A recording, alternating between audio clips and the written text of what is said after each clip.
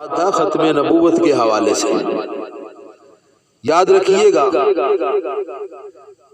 رحمت کائنات صلی اللہ علیہ وسلم کی زندگی میں جتنے بھی غزوات اور جنگیں ہوئی ہیں ان میں صرف 270 صحابہ کرام شہید ہوئے، بالکل قلیل تعداد ہے اتنے بڑے اسلامی انقلاب کے بدلے میں۔ جبکہ جیسے ہی رحمت کائنات صلی اللہ علیہ وسلم کا وصال ہوا اور اسلام پر چاروں طرف سے فتنوں کی یلغار ہوئی، اور سب سے بڑا فتنہ ان لوگوں کا تھا جنہوں نے نبوت کے جھوٹے دعوے کر لیے۔ یمن سے مسلمہ کذاب آ گیا اور ایک سجا نامی خاتون نبوت کا دعویٰ کر کے کھڑی ہو گئی، اور انہوں نے 60,000 کا لشکر لے کر مدینہ المنورہ پر چڑھائی کا ارادہ کیا۔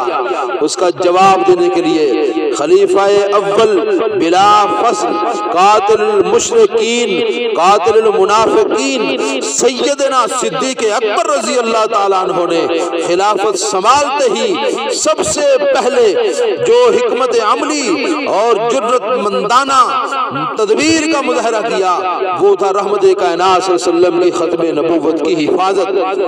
آپ نے رحمت کائنات صلی اللہ علیہ وسلم کے تیار کردہ لشکر کو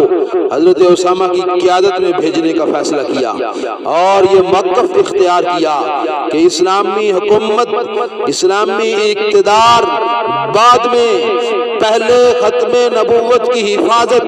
اگر ختم نبوت کی حفاظت ہوتی ہے تو اقتدار اور حکومت اور خلافت بھی محفوظ ہے، اور اگر ختم نبوت کی ہم حفاظت نہ کر سکے تو اسلامی حکومت اور اقتدار کی ہماری نظروں میں کیا حیثیت ہے۔ چنانچہ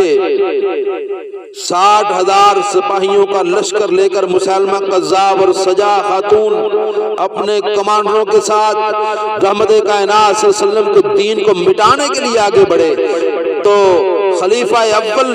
سیدنا صدیق اکبر رضی اللہ تعالیٰ عنہ نے حضرت خالد بن ولید کی قیادت میں ایک لشکر تیار کیا، جس لشکر میں کئی ہزار محدثین، مفسرین، حفاظ، قراء، اصحاب بدر شامل تھے۔ کائنات عرصی کے کامل ترین ایمان والے جس میں شامل تھے۔ مسلمانوں کے لشکر کو فتح نصیب ہوئی۔ مسلمہ کذاب ایک باغ میں قلعہ بند ہوا۔ شدید ترین حملے کے بعد